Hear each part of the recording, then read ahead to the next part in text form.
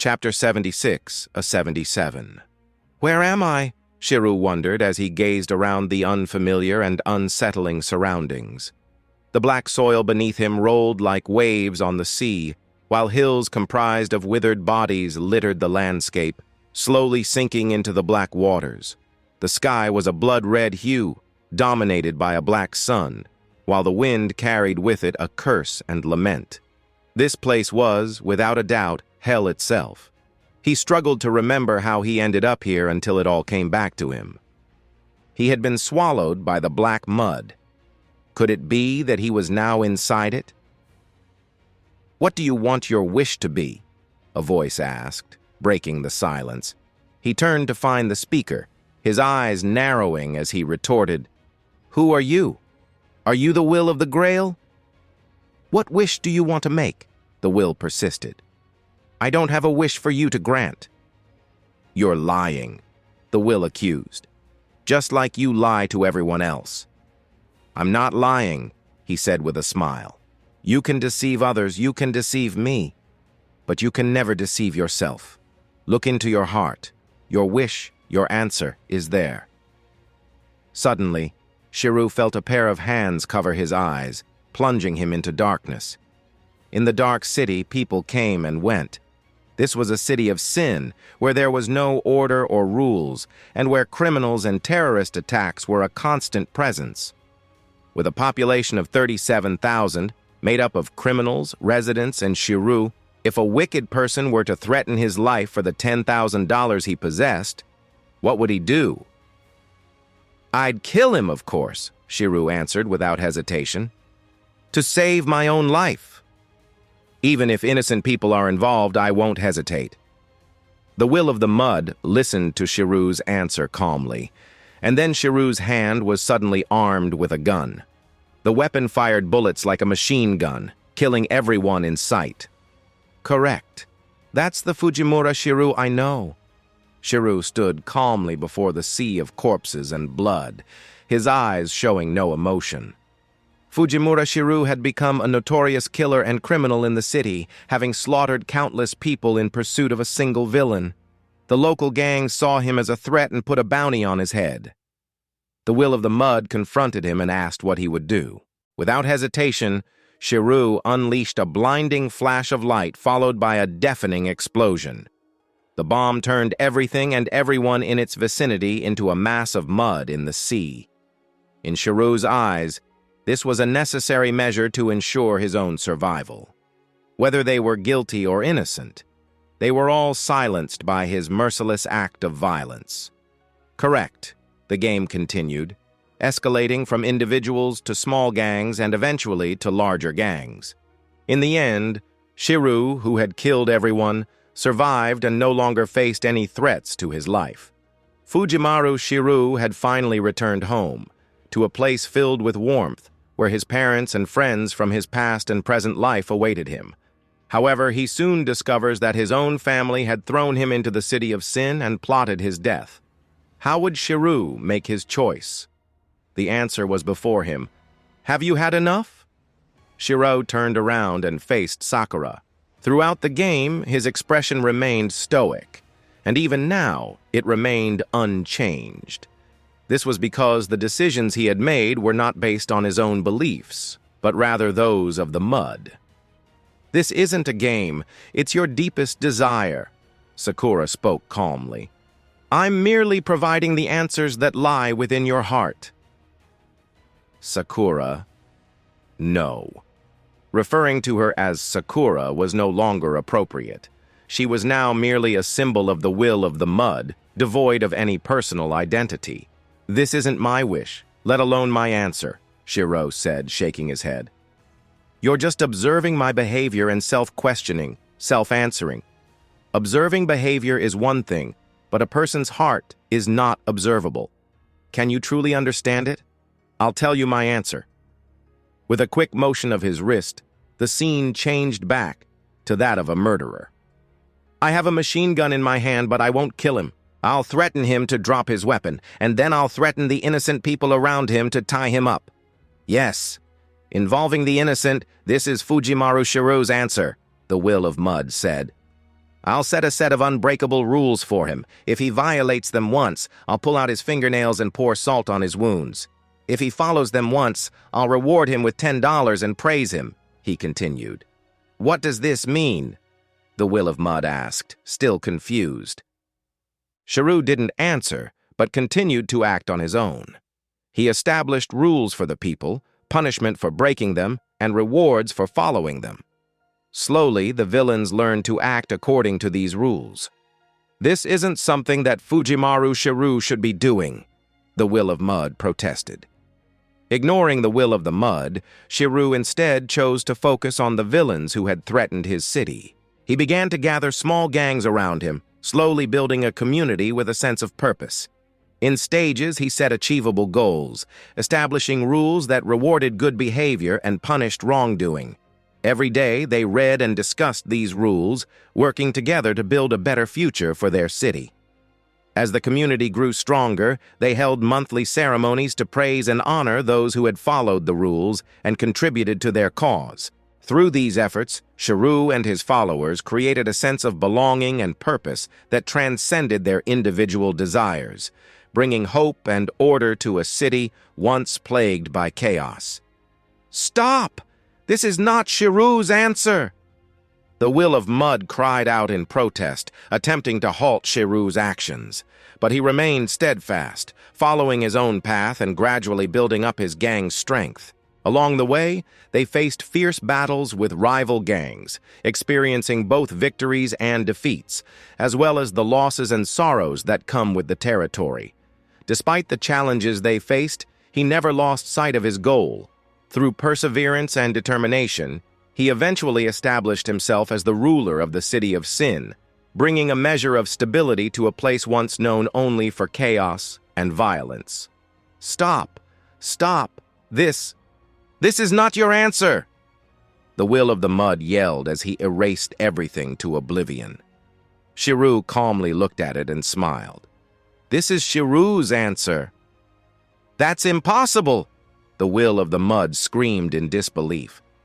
"You're a man who would do anything to stay alive, even if it meant killing your own family." Shirou shook his head, his voice calm but firm. "No, that's not who I am anymore. I may have once held that belief, but my perspective has changed. My heart has been enlightened to the true path of freedom." He took a deep breath, his eyes shining with a newfound clarity. "My struggle is not just about survival.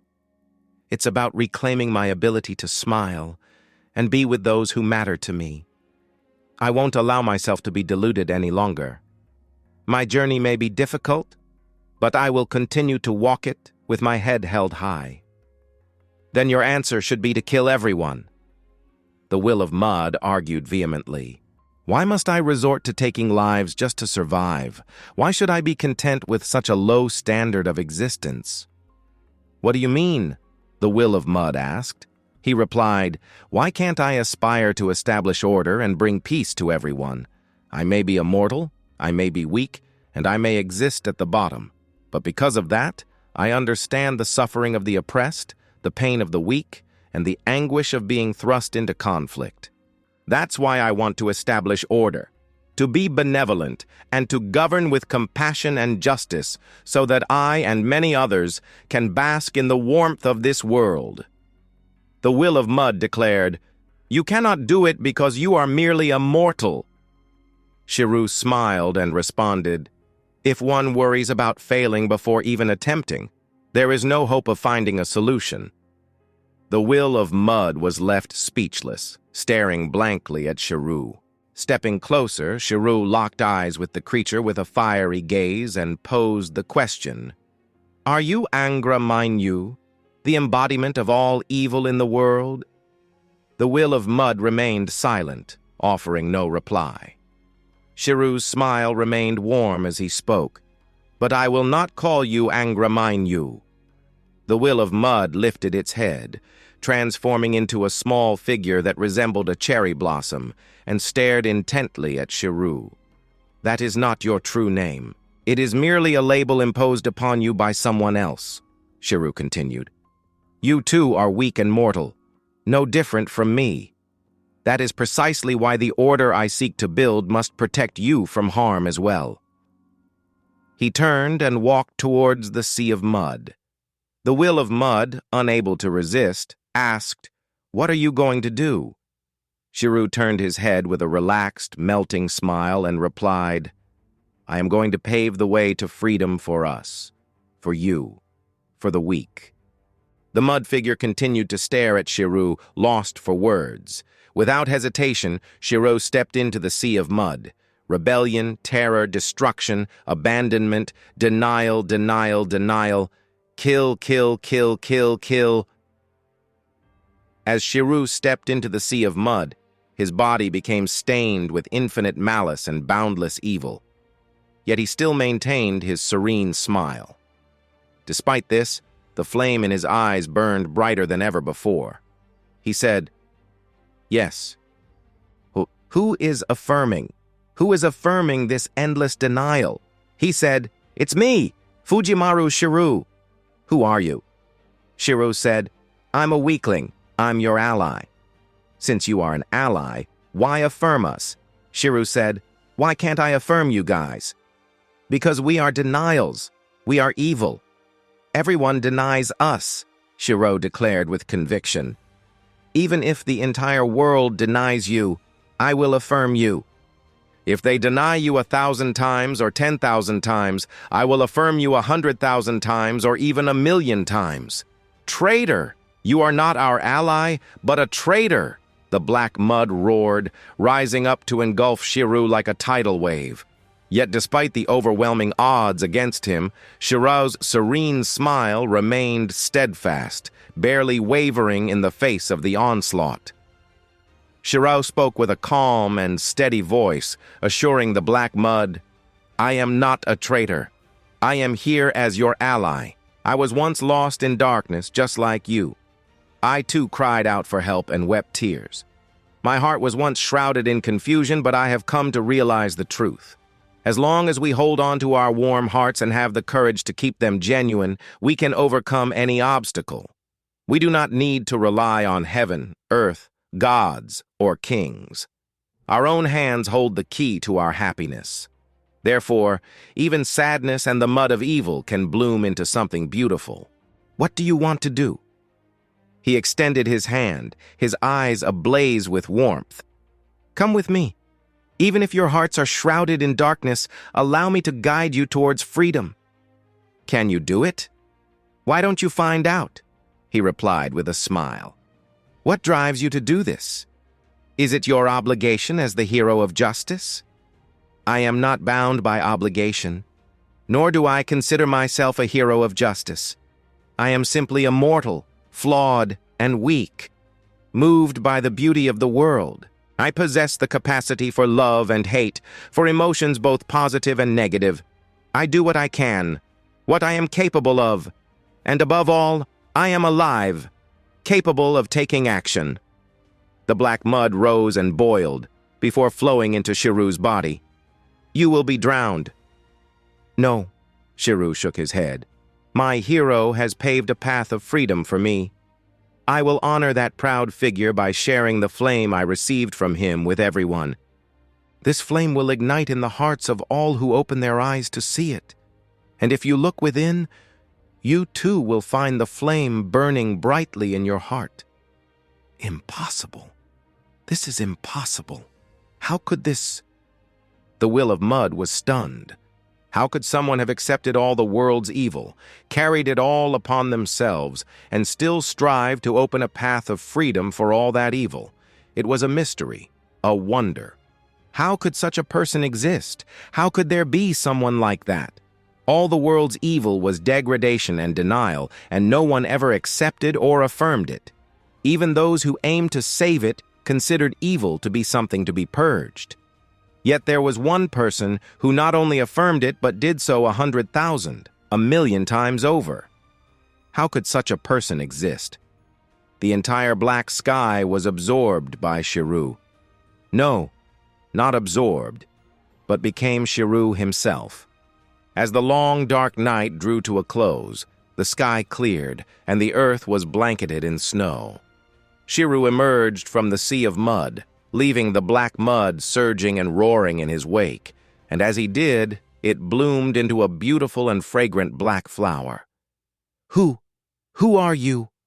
the will of the mud asked in wonder. "I am a weakling, and I stand with the weak. I will be your ally, and if your heart is clouded by doubt, I will clear a path toward freedom for you." The will of the mud stared at Shirou in amazement. "Are you scared? Does it hurt? To be crowned as the evil of this world, to be crowned with the name of Angra Mainyu. But fear not, for I am here." Shirou smiled at the will of the mud. "I may not understand your feelings or alter your experiences, nor ease your anger within, but I will listen to your story seriously and give your experiences the attention they deserve. Your pain, hatred, and grudge, I will listen to them all with sincerity. Did you hear that sound? The sound of melting snow?" The white snow on the ground began to melt, giving way to new growth from the earth. The morning sun of early spring shone down upon the crying face of the will of mud. "Thank you. Thank you for hearing my grievances, my anger. Thank you for acknowledging me. Thank you for accepting me. Thank you for letting me know. There is still someone. There is still someone who cares about me." The will of mud, moved to tears, whispered, "Your eyes, they are truly beautiful." And with those words, it vanished like snow melting under the sun. As the person disappeared and their voice faded away, only Shirou and the new shoots of early spring remained. The evil flowers surged behind him, fueled by the immense 240 years' worth of accumulated magical energy from the Four Holy Grail Wars. "Farewell, stranger. May your path to freedom remain open," Shirou said with a faint smile as he gazed at the gentle dawn. "It's time to confront the king who has been consumed by anger. But I am weak. Will you help me?" The mud rose up behind him, resembling two powerful arms stretching out on either side. Innate skill, Evil Flower A+, Noble Phantasm, Evil Flower of Freedom X. Shirou's eyes opened and he was brought back to reality. He scanned his surroundings, but Gilgamesh was nowhere to be found. Suddenly, he heard a weak voice calling out to him. "Shirou!" He turned to see Skathak lying on the ground, only half of her body visible. Despite her weakened state, she was looking at him with a joyful expression. He rushed over to her side, taking her hand and offering her his magical energy. "Shisho, are you already at your limit?" "This is just a phantom. It will disappear on its own. But there is something I must tell you." "What is it?" he asked, a hint of concern in his voice. "I deceived you. I manipulated and coerced you into staying in Fuyuki City. It wasn't Gilgamesh, but rather me, the wicked woman," Skathak admitted. He smiled. "So that's what happened? Did you already figure that out?" she asked, her voice tinged with interest. "You've hinted at it multiple times. I wasn't aware of it before, but now I get it." She studied Shirou's bright, fiery eyes and smiled. "Yes, you're free now. You don't have to continue participating in the Holy Grail War anymore." But Shirou shook his head. "No, Shisho. I will still participate." Skathak was puzzled. "Why? Are you afraid of Gilgamesh's tyranny? Don't be misled by his tough talk. He doesn't dare to kill in this place. This is a sanctuary, and he fears the Enlightened One. I won't deceive you anymore. Gilgamesh can't hurt you here. You're safe, Shirou. You don't have to participate in the Holy Grail War anymore. You don't have to confront an adversary you cannot defeat. Do you understand?" "I don't understand," he said. "I only know that right now, there's only one servant, and I will emerge victorious. So, wait for me to return, Shisho, and teach me the primordial rune." She was taken aback. "Why? Why would you say that to someone as mean as me?" Shirou's eyes burned with a bright light, and he smiled. "Because even you, Shisho, have a troubled heart. I will bring you freedom." Scathach was stunned by the young man's sunrise-like smile and the beauty of his eyes. He stood up and turned his gaze towards the Enlightened One. With a smile, he asked, "Forgive me, Enlightened One. May I borrow some of your karma for a while?" The flame in his eyes flickered slightly. Counter Hero C. Kalaripayatu C. Only 2 skills can be copied. The rest of the karma is unattainable, but that's enough. Shirou smiled. The Enlightened One remained in deep meditation, unresponsive. Shirou spun on his heel, his hands clasped tight around his black gloves, his eyes alight with determination. "Fujimaru Shirou heading out," he proclaimed with a smile. Scathach watched him go, her face twisted into a bittersweet smile. A matchstick that burned itself out, but sparked a flame brighter than its own, she mused. As a mentor, I have been outdone by a madman without reason. But her thoughts were swayed by the presence of the Enlightened One. She turned to him and asked, "And what brings you here, Shakyamuni?"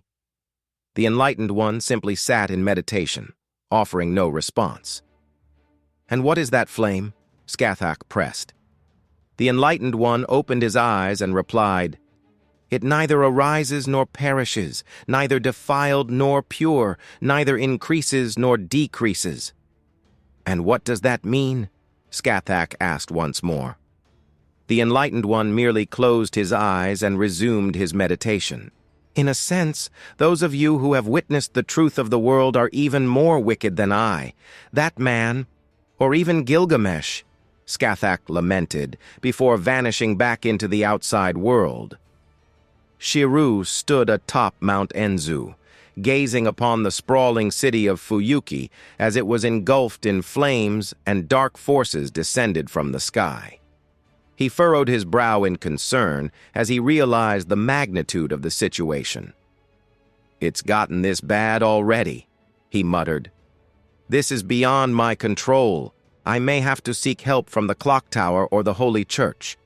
But first, let me take care of the aftermath." With a determined smile, Shirou took a step forward. The black mud at his feet transformed into 2 large black wings, lifting him into the air as he soared towards the black tower. As he flew, Shirou utilized the power of the Grail within the black mud to analyze his own abilities. Fujimaru Shirou, Class, Caster Strength, E Endurance, E Agility, E Mana, X Luck, E Noble Phantasm, Unlimited Blade Works, E, A++, Evil Flower of Freedom, EX, Class Skills, Territory Creation, E, Item Construction, E, Innate Skills, Clairvoyance, C, Magecraft, C, Mind's Eye, True, B, Wisdom of Mortals, D+, Heroic Mortal, C, Evil Flower, A+, Copied Skills, Honor of Suffering, C, Unyielding Will, C, Triumphant Return of the Sword, C, Wisdom of Dunscaith, C, Godslayer, C, Collector, C, Tai Charisma, C, Ta Golden Rule, C, Counter Hero, C, Kalaripayatu, C, AN. The term inherent skill has been updated to innate skill for better accuracy. Fortification creation to territory creation, item creation to item construction, and eagle eye to clairvoyance. Previously, Shirou lacked the magical energy to use the skills he replicated with Wisdom of Mortal. However now, with the power gifted by the mud, his mana attribute had reached the X level, allowing him to effortlessly use these skills without any worry of running out of magical energy. Moreover, with the skill, Evil Flower A+, embrace the darkness and steer your heart towards the light, for even sadness can bloom beautifully. Shirou could feel that this skill, acquired through embracing the mud, could absorb the evil of humanity and convert it into his own magical energy through the mud. This meant that as long as evil people exist, his magical energy would continue to grow. Suddenly, a black dagger sliced through the night sky and headed toward Shirou. He turned his gaze and watched as the dagger approached. His expression was calm, and his eyes were even more tranquil. The only movement came from the flame in his bright eyes, which seemed to be there, but wasn't. The black mud formed a barrier of protection in front of Shirou, blocking the incoming attack. Clang! The dagger collided with the mud barrier, producing a metallic sound. In the next moment, the mud, which was even darker than the black dagger, swiftly cursed and corroded the weapon. The black particles evaporated like snowflakes. Sneak attacks like this are no longer effective, Shirou said with a faint smile. The black mud was his avatar, acting according to his will and serving as his second self. Through his clairvoyant see, Shirou gazed down and immediately spotted the black humanoid who had attacked him. That's... assassin? How did it become like this? He muttered in surprise. Shirou landed on the ground and stared at the hundreds of assassins, a sight that filled him with disbelief. Their appearance was truly frightening. Ah! The abomination charged towards Shirou. The assassin had been consumed by the black mud and merged into a single entity, though it had lost its reason. Nevertheless, it could still detect a Saint Graph from Shirou and knew that it had to be destroyed. Despite the abomination rushing forward, he remained composed. In the next moment, a giant hand made of black mud appeared behind Shirou and lunged toward the head of the abomination. Assassin instinctively sensed the danger and reflexively dodged. Boom! Boom! Boom! Boom! The black hand mercilessly pounded the ground, making a sound like thunder. The earth split open like a spider web. The assassin moved with lightning speed, sensing an opportunity to attack Shirou from behind. With over 100 blades in his hands, he rushed towards Shirou, intent on reducing him to nothing more than a pile of meat. But just as the assassin was about to strike, a black hand erupted from the ground, grabbing him and pulling him away from Shirou. Gotcha, Shirou said with a smile. The assassin struggled against the grip of the mud hand, hacking at it with all of his knives, but to no avail. The hand was harder than diamonds, and the knives were unable to make a single mark. As the assassin continued to struggle, Shirou watched him intently, his eyes flickering slightly. Suddenly, 2 new skills appeared in his mind. K. Keeper of Hidden Knowledge.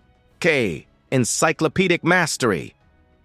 Don't worry, he said to the captive assassin.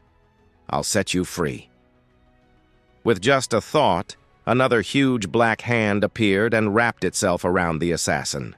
And with a slight squeeze, there was a sharp cracking sound as a faint snow-like light shone between the 2 giant hands. Suddenly, the spirits of the slain assassins appeared before him. Have we been released? Are we released? Was it you who freed us, Caster? I wouldn't say I freed you, I merely did what I could, Shirou replied. Thank you, Caster. Your eyes are simply breathtaking. However, we still have one of our brothers trapped in this world. You must be cautious, the assassins warned before fading away like snowflakes. Shirou nodded, acknowledging their advice. Just as he was about to leave for the Black Tower, he heard a defeated voice that sounded all too familiar. Is that Caster? He turned to see Kiritsugu, his face expressionless and pale, stumbling towards him from the sea of flames. Kiritsugu? Shirou called out in surprise. You're going to deal with that mud, right? Kiritsugu asked. Shirou nodded in affirmation. Take this with you, Kiritsugu said, handing over Artoria's scabbard to Shirou. He accepted Avalon and looked up at Kiritsugu. Why don't you go? This is not like you, Emiya Kiritsugu. Caster, do you know what it's like to have everything you've ever believed in and held dear betrayed? The world is no longer worth fighting for, Kiritsugu replied, his gaze distant and empty. As he stumbled away, Shirou reached out to him but hesitated. That man had been betrayed by his own justice, and Shirou was now being pulled by his own hatred to offer help. I hesitated after all. Shirou tightened his grip on the scabbard. Isn't there still much to protect and cherish, Kiritsugu? With a determined expression, he turned his back and marched towards the Black Tower. The firelight illuminated his profile, and his bright eyes shone brighter than the flames. The flame of awakening burns everything in its path.